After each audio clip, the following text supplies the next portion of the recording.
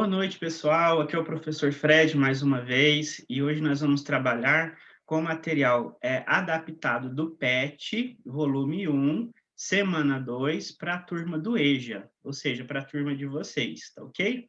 Lembrando que esse material foi enviado em formato de PDF no aplicativo Conexão Escola e ele vai estar disponível para vocês. Vocês podem, até uma sugestão, durante a teleaula, você acompanhar com o material em mãos, seja no seu smartphone ou seja na forma impressa, tá bom? É bom você ter esse material em mãos para melhor acompanhar essa teleaula. Adote estratégias de estudo, faça anotações se você achar necessário, faça prints da tela se você achar necessário, algum texto, alguma informação que você achou importante, copie, dê uma pausa no vídeo, isso não é problema nenhum, dê uma pausa no vídeo, faça print da tela, ou então copie no seu caderno, tudo bem? Essa teleaula é um material bem breve, o material é autoexplicativo, eu vou fazendo alguns comentários durante a resolução das atividades, mas vocês vão ver que é muito tranquilo, porque a gente vai abordar exatamente um tema que são as variações linguísticas, ou as variações, ou as adaptações ou modalizações que nós fazemos na linguagem em determinadas situações de vivência. Tudo bem? Então, vamos lá para a teleaula.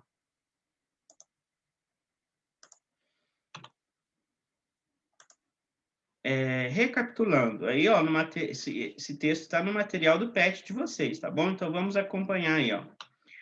Variação linguística são os diferentes modos de uso da língua.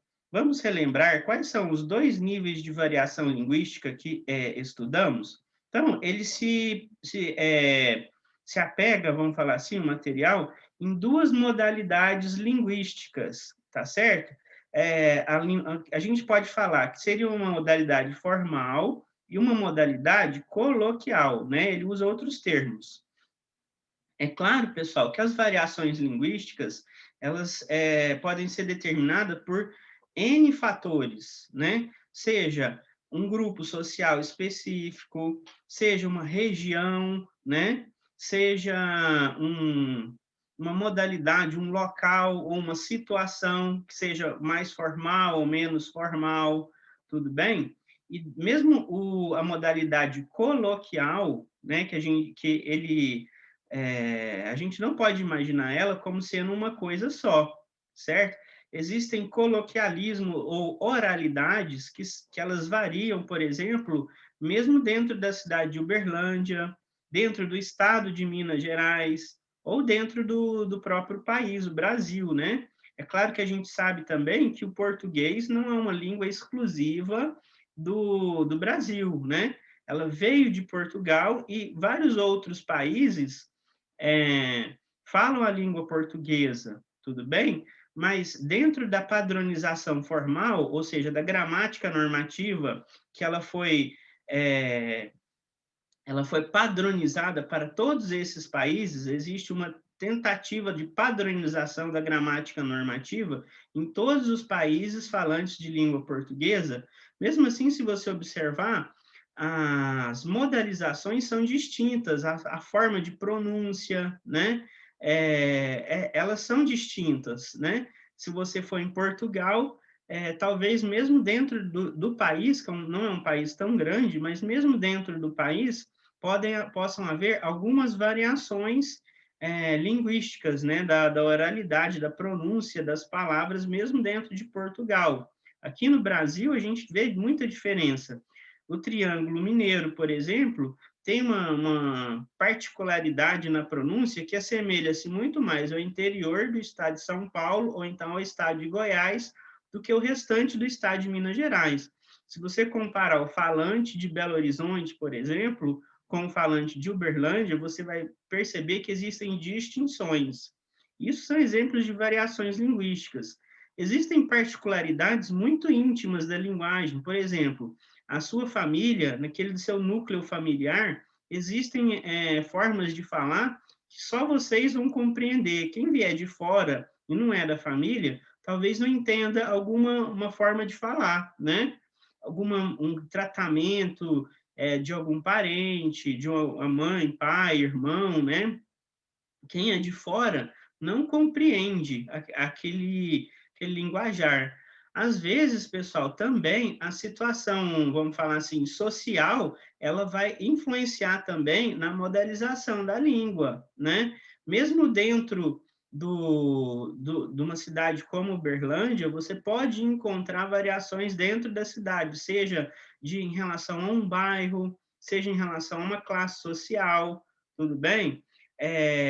Já foram feitos estudos dentro da sociolinguística falando que existe uma região intermediária entre a zona rural e a borda da cidade, vamos falar assim, e que existe essa influência do linguajar da zona rural para a zona periférica da cidade. Quanto mais dentro da cidade, vamos falar assim, possa haver alguma variação distinta, né? Ou seja, pode ter também uma variação de um bairro para o outro, né? O que eu estou falando aí para vocês? Que essas duas formas que ele vai apresentar aí no material são uma forma da gente compreender que existem essas variações, mas não são só duas variações, como a gente percebe aí no texto. São várias formas de variação da língua que nós estudamos. Tudo bem? Então, vamos lá. A gente vai entender melhor quando a gente estiver na modalidade coloquial. A modalidade coloquial não pode ser engessada em uma única forma, né? A modalidade coloquial, como eu mesmo disse, ela pode se enquadrar em vários fatores, né? E a gente pode encontrar variadas formas, mesmo dentro da forma coloquial. Tudo bem? Então, vamos lá, vamos analisar o texto que está exposto aí no material de vocês. A variedade padrão da língua, que a gente pode também chamar de gramática normativa, ou a forma normativa da língua, né? A gramática normativa, ela tenta regrar essa variedade padrão da língua, tudo bem? Então, olha lá, ó, a variedade padrão da língua é aquela que segue as regras estabelecidas pela gramática normativa. Ela é usada em situações formais, em documentos oficiais e nas escritas escolares e acadêmicas, além de ter maior preocupação com a pronúncia das palavras e a ausência de gírias, né? Então, pessoal, a primeira tentativa histórica que a gente tem, o primeiro registro histórico da tentativa de normatização da língua vem lá do Império Romano. O primeiro que tentou criar um conjunto de regras para a língua foi o Júlio César, né? Então, o que a gente entende nisso? É como se fosse o que o advogado estuda lá no Código Civil, né? A norma padrão da língua portuguesa, ela é uma lei, ela está disposta, inclusive, em artigos de lei, né? Ela é uma norma, a gente chama, é por isso que a gente chama de gramática normativa, ela é uma regra que deve ser estabelecida, deve ser adotada, tá certo? Em que situações? Como ele disse lá, a principal forma, né, o principal motivo de de se adotar uma gramática normativa está em documentos oficiais. Foi a primeira ideia que se teve da gramática normativa exatamente para documentos oficiais. Por que disso? Porque, imagina, o Estado precisa desses documentos formais, né? Eles precisa desses documentos oficiais. Imagina se não houvesse norma, se não houvesse padrão, se cada um resolvesse escrever da maneira que bem entende. Não haveria essa documentação, essa sistematização dos documentos, né? Seria uma bagunça generalizada. Então, a gramática normativa, uma das funções dela está exatamente dentro desses documentos oficiais, tá certo? E, por exemplo, a redação do Enem, ela pode ser considerada um documento oficial, tanto que, se você zerar na redação do Enem, você pode tirar total em todos os outros conteúdos que não vai servir para nada. Por quê? Não pode ser que você não respeitou as regras oficiais da gramática dentro da sua redação e por isso você zerou ela. Você não seguiu a norma padrão da língua, né? É claro que existe uma tentativa de normatizar a oralidade da língua, né? Se você observar, por exemplo, a pronúncia do William Bonner no Jornal Nacional, é uma pronúncia que a gente pode considerar, de certa forma, artificial, né? Você já ouviu alguém, por mais que tente falar certinho o tempo todo, né? Apesar de que essa concepção de certo e errado é relativo, né? Alguém que fala certinho o tempo todo, que converse e pronuncie as palavras igual William Bonner no Jornal Nacional. Então, por isso que a gente fala que a gramática normativa é, de certa forma, uma pronúncia não natural, né? É claro que muitos gramáticos, eles questionam isso, né? Então, a normatização da oralidade é um pouco mais difícil do que a normatização da forma escrita, né? Mas, mesmo assim, existe uma tentativa de normatizar a modalidade oral da língua, ou seja, a fala, né? Então, existe um padrão na linguagem. Se você for em Portugal, você vai ver que mesmo a modalidade oral padrão em Portugal é diferente da modalidade padrão aqui do Brasil, dentro da oralidade, né? A gente tem exemplos de uma proximidade de regiões do Brasil com Portugal nessa pronúncia, por exemplo, em Belém do Pará, né? Em algumas regiões do Rio de Janeiro, né?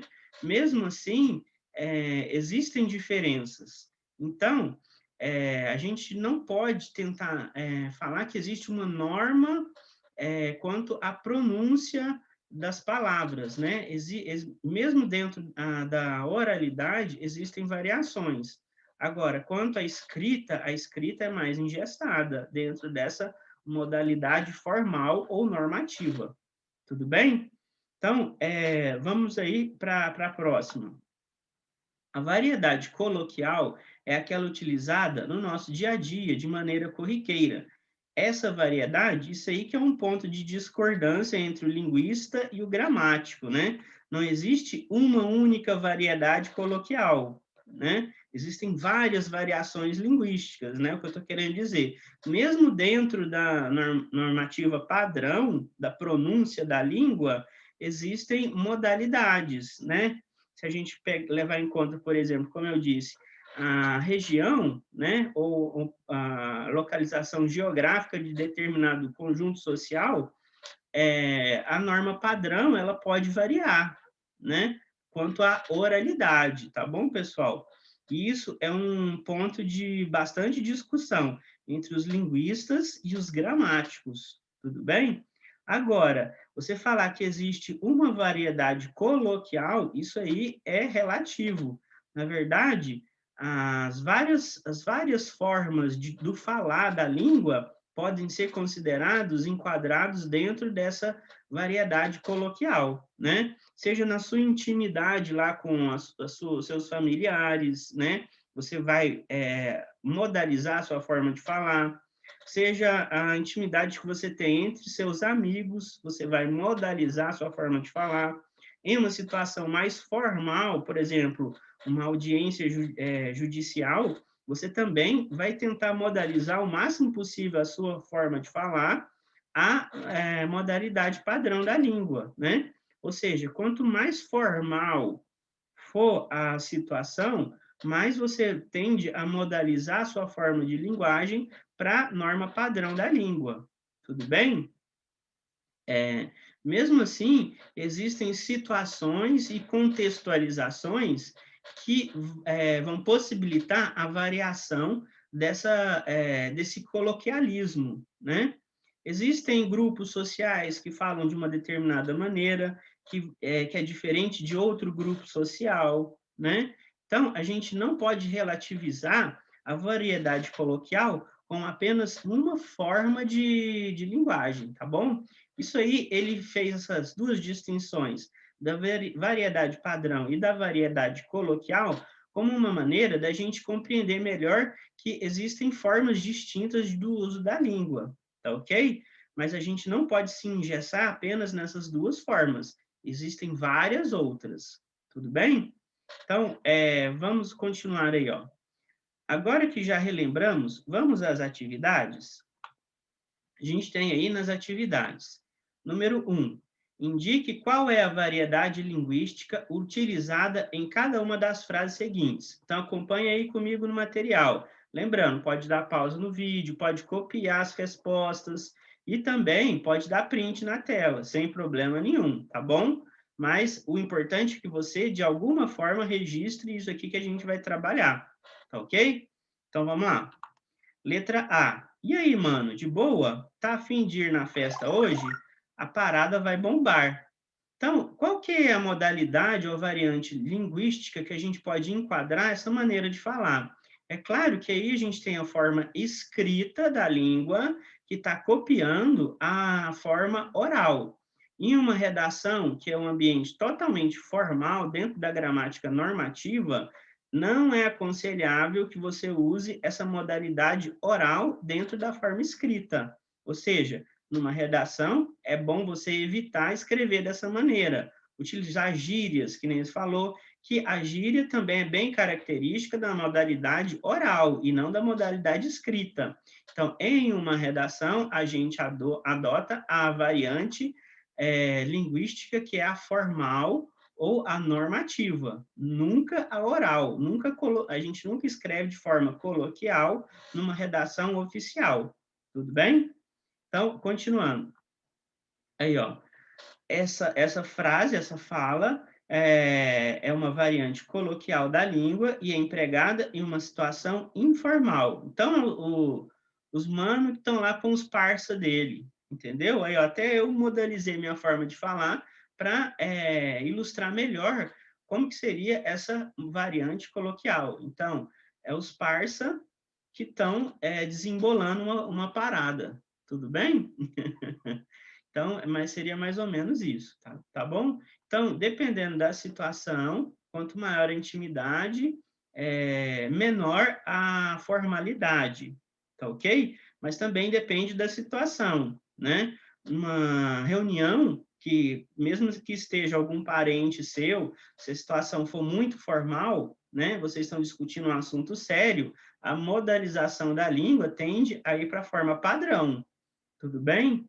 Depende também de vários outros fatores, mas, relembrando, a gramática normativa, a gente vai tentar aplicar ela muito mais a uma redação do que na oralidade. Não impede que a gente tente falar utilizando as regras da gramática normativa, tá certo? Mas a gente vai aplicar elas muito mais na modalidade escrita do que na modalidade oral, tá bom? E vice-versa. O coloquialismo, ele é maior na oralidade do que na forma escrita, tá bom? Então, continuando. Letra B. Está aberta a solenidade de formatura dos concluintes do curso de letras da universidade, com a palavra Vossa Magnificência, Reitor João. Olha o aspecto pomposo que tem dessa fala aí, né? Então, a gente tem isso aí que é uma situação extremamente formal, né? É uma solenidade de formatura, né? Então, ela exige a modalização da linguagem para a variante formal da língua, tudo bem? Então, vamos ver lá, ó. Variante padrão da língua, que é empregada em uma situação formal. Mas quem já foi em formatura de faculdade ou de uma colação de grau, formatura do ensino médio, por exemplo, vai ver que existem momentos em que, quando a intimidade é maior, você vai falar de aspectos curiosos ou engraçados durante o período de formação com seus colegas, que você vai contar piada e vai modalizar para uma coisa mais íntima, né? Ou seja, vai usar termos mais coloquiais, mesmo durante a solenidade de formatura. O mestre de cerimônias da formatura, que tende a modalizar muito mais a forma dele falar para a variedade padrão, né? Do que por exemplo, os amigos. A gente pode até brincar entre os parça, né? Ou seja, quanto maior a intimidade, maior o coloquialismo, né? Só que depende muito também da situação, tá bom? Se o cara vai fazer um discurso lá nessa formatura, ele é o padrinho da turma, né? Ou ele é o representante da turma, ele vai agradecer aos pais, ele vai agradecer aos professores, ele, nesse ponto, diminuiu a intimidade, aumentou a formalidade, aí ele vai adotar a variante padrão da língua, tá bom? Então, é tudo contextualizável e tudo é modalizável, né? Dentro de contextualizações e momentos, você usa determinadas variantes da linguagem, tá ok? Continuando aí, pessoal. Letra C. Ô, mãe, deixa eu ir na casa da minha amiga rapidinho, juro que volto logo. Então, pessoal, existe lá, ó, o mãe, isso aí é exatamente característico da modalidade oral da língua, ou seja, da fala, tá ok? Existem formas na literatura, por exemplo, que a gente chama até de liberdade poética, que o poeta ou autor literário, ele adota modalidade oral na forma escrita, ou seja, ele adota coloquialismos, né? Mas isso também é uma adequação a uma determinada situação, tá certo? Se o autor ele quer exatamente trazer uma realidade mais próxima à do leitor, ele vai adotar uma modalização da linguagem, tá certo? Ele quer exatamente, por exemplo, a gente tem a história do Monteiro Lobato, no caso do Jeca Tatu, ele modalizou a linguagem para o caipirês, né? Não é a modalidade padrão, né? Normativa. Ele adaptou aquele personagem característico e a forma característica dele falar à norma escrita, a forma escrita, não a norma, né? A forma escrita. Só que isso, como eu disse, é uma liberdade poética, né? Você pode usar aspas quando você vai citar uma fala de um popular dentro da sua redação formal? Pode, mas você tem que colocar em destaque que aquilo é uma citação, tá certo? Existem maneiras de você utilizar a modalidade coloquial dentro de um texto padrão, no caso, uma redação? Existe. Não é aconselhável, mas existe essa possibilidade. Você pode utilizar dentro de uma redação, mas, por exemplo, você vai colocar entre aspas, né? E você vai garantir que o leitor, na hora que ele estiver lendo aquilo lá, que você está fazendo uma citação ou uma modalização da linguagem dentro do texto escrito formal, que você está citando um coloquialismo, tudo bem? Agora, no texto formal, convencional, você não pode utilizar coloquialismos, né? Ou seja, a gíria é uma forma de coloquialismo. Tudo bem? Então, o que a gente pode falar aí da letra C? Que é uma variante coloquial da língua que é empregada em uma situação informal ou de maior intimidade entre os interlocutores, assim como uma reprodução da modalidade oral na língua pela modalidade verbal ou escrita. Então, eu trouxe a modalidade oral ou uma representação da modalidade oral na modalidade verbal ou escrita. Tudo bem? Então, eu usei um coloquialismo, no caso aí da letra C, da forma escrita aí, ele é um coloquialismo, ele é muito mais característico da modalidade oral do que da modalidade verbal. Tudo bem? Então, continuando. Questão número 2. A adequação linguística é uma noção importante, pois é fundamental sabermos qual a variedade usar a depender da situação comunicativa em que estamos falando ou escrevendo. Escreva para cada situação comunicativa seguinte a variação linguística mais adequada para o contexto. Ou seja, ele está falando da adequação linguística. O que quer dizer isso? Em determinada situação, você vai modalizar sua forma de fala ou escrita, tá certo? Você vai modalizar. O que a gente vê muito, por exemplo, nas histórias em quadrinho da Turma da Mônica, a modalidade vai muito além da modalidade verbal, né? É uma representação visual da expressão dos personagens, mas quando ele vai representar a fala dos personagens, que está dentro do balãozinho, a adequação da modalidade escrita, ela é modalizada para representar a forma oral, ou seja, a forma que os personagens se comunicariam. Por exemplo, a Mônica, o Cebolinha, o Cascão, eles têm características bem particulares de crianças, né? O Cebolinha ainda tem um problema fonético, né? E esse problema fonético é representado, fonodiólogo, né? Ele é representado dentro do balãozinho quando ele troca o L pelo R, né? Então, isso é o quê? Como a gente entende, a representação da modalidade oral na modalidade escrita, tá bom? Então, vamos continuar aí, ó. Letra A, roda de amigos na escola. Como que a gente normalmente conversa com os nossos amigos? Na escola, na rua, numa festa? Como que normalmente a gente conversaria? A gente conversa de forma bem formal, bem séria. Se eu começar a falar modalizando a minha linguagem para uma modalidade formal da língua, quando eu estou numa festa com os meus amigos vão achar que eu estou ficando doido, né? Então, a gente modaliza a língua, nesse caso aí, para uma forma muito mais coloquial, né? Então, vamos lá. Ó. É mais informal, né?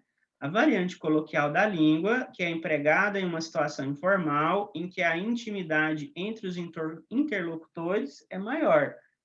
Ou seja, quanto maior a intimidade, maior o coloquialismo. Quanto menor a formalidade, também maior o coloquialismo. Tudo bem? Então, continuando. Letra B. Escrita de texto na escola. O que a gente falou lá, redação, as respostas são mais formais, então eu tenho que adequar a minha escrita à normatização da língua, ou seja, as regras da gramática normativa. Tudo bem? Então, ó, variante padrão da língua que se adequa, consequentemente, às normas padrão da língua delimitadas pela gramática normativa. Tudo bem? Letra C, conversa com um advogado.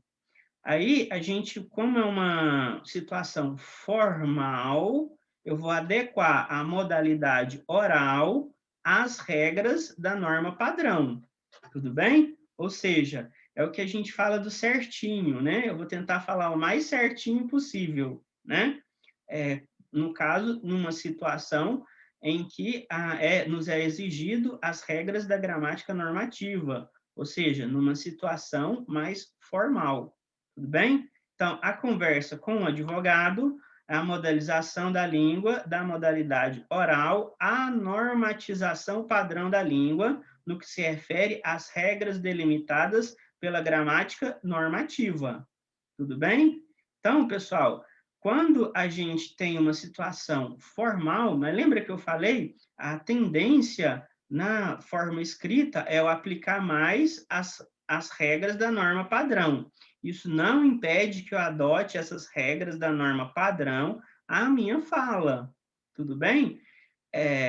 Ou seja, em determinada situação em que a formalidade, a modalidade oral tem que se adequar à norma padrão da língua, tá certo? Então, isso depende da situação e que você vai adotar a determinada adequação, tá bom? Então, continuando aí, pessoal. Festa de família. Festa de família, você tem um grupo social bem específico, né? Mesmo no seu núcleo mais íntimo da família, ou seja, pai, mãe, irmão, irmã, você tem um linguajar bem característico da sua família. Se outra pessoa que desconhece aquela interação entre aquelas pessoas daquela família, ela vai estranhar a forma de conversar, né? Por quê? Porque existe uma maneira de tratamento que é específica daquela família, né? Vocês sabem que isso acontece. Você não conversa com os seus amigos como você conversa com seu pai, com sua mãe, com seus irmãos, né? Ou seja, você modaliza a sua maneira de falar. Você acabou de conhecer uma pessoa, né? Você vai modalizar a sua forma de falar. Você não vai chegar falando com muita intimidade com a pessoa, né? Por quê? Porque quanto maior a intimidade, maior o coloquialismo. E muitas pessoas podem entender aquilo como é, você está sendo indelicado com ela, você pode estar sendo indelicado. Se você usar muito coloquialismo com a pessoa, você está acabando de conhecer. A pessoa pode entender que você está sendo indelicado com ela, ou seja, você está agindo com má educação com aquela pessoa, né? Então, você vai modalizar a sua forma de falar, né? Então, isso aí tudo faz parte da adequação linguística, tudo bem, pessoal? Então, ó, a modelização da língua ao contexto e às formas orais específicas de um determinado grupo social, ou seja, a modalidade oral adequa-se a uma variante coloquial específica daquela família e grupo social específico. Como eu disse, existem inúmeros exemplos de variação linguística dentro de uma cidade, dentro de um bairro, dentro de uma família, dentro de um país, dentro de um continente, né? A gente sabe, por exemplo, dos países que falam língua inglesa, por exemplo, se a gente comparar dentro do país, dos Estados Unidos, por exemplo, o que a gente poderia entender como um caipirês seria a pronúncia do estado do Texas, que é diferente da pronúncia do estado ou da cidade de Nova York, né? E se eu comparar o linguajar de um americano e comparar com o linguajar de um britânico, ou de um escocês, ou de um irlandês, né? Ou de um australiano, você vai ver que existem variações, existem formas, existem alguns vocábulos que são específicos daquele país, ou seja, você fala de uma maneira num país, ou você usa uma palavra que é específica para aquele país, mas ela não é específica para o outro país, tá certo? O que a gente fala muito, por exemplo, é a respeito da palavra saudade, né? A palavra saudade, muitos estudiosos falam que ela é específica da língua portuguesa, né? Quando você quer falar que você está com saudade de uma pessoa em inglês, se você fizer uma tradução literal do que ele está falando, você falar I miss my mom. Você traduzir ao pé da letra, você não está falando que você está sentindo saudade, você está falando que está sentindo falta daquela pessoa, né?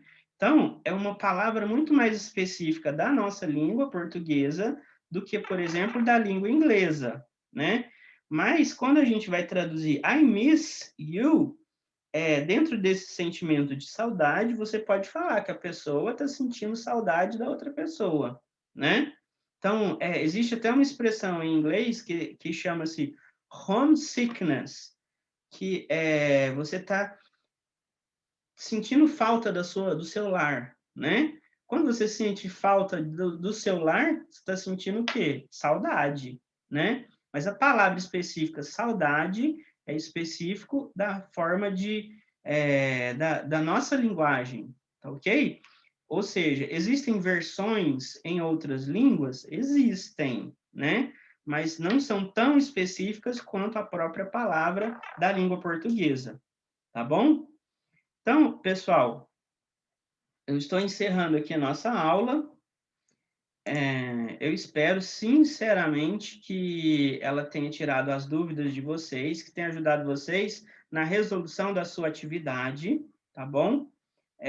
Como a gente sempre fala, existem mecanismos que você pode entrar em contato comigo pelo Conexão Escola, pela sua turma virtual lá no Conexão Escola, ou existem outros meios, né, para a gente se comunicar. você está livre para me procurar e tirar suas dúvidas, tá bom? Lembrando que as atividades do PET são semanais, a gente tem 4 semanas, tá bom? Mas a gente sabe que o PET vai valer para o bimestre, né? O primeiro bimestre.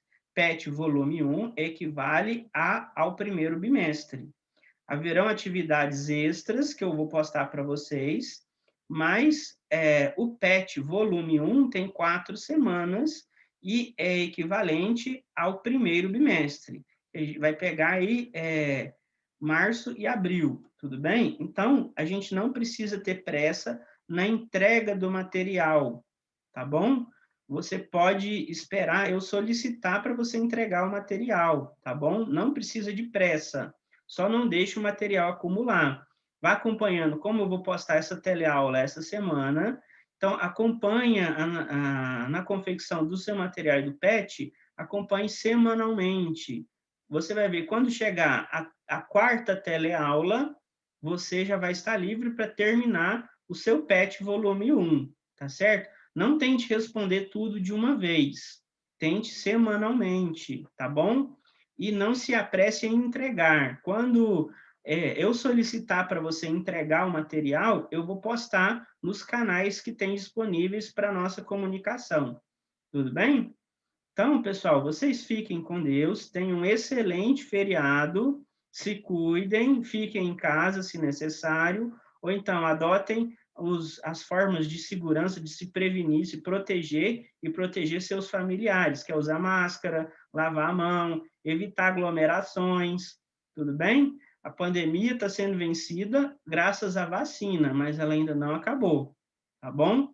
Vocês fiquem com Deus e até a próxima teleaula.